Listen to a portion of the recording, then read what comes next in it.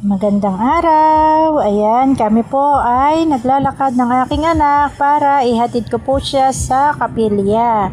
Siya po ay mag-eensayo dahil siya po ay mga awit. Ayan, syempre kami po ay hindi sa nagtitipid. Syempre, mahal din po ang gas at isa pa, gusto ko talagang maglakad para naman ma-exercise po kaming dalawang mag-ina. Ayan.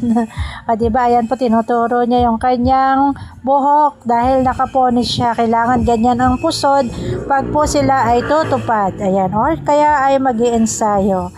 Ayan, syempre kami po ay lakad-lakad lang para ma-exercise ang mga paa. Tsaka sabi ko, para tumibay naman ang mga tuhod-tuhod. Ayan.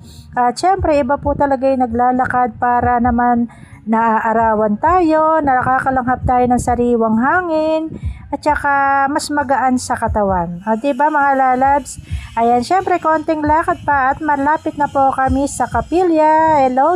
Hello po sa mga kapatid natin dyan. Shout out po. O yun lang. Thank you so much for watching. Bye-bye.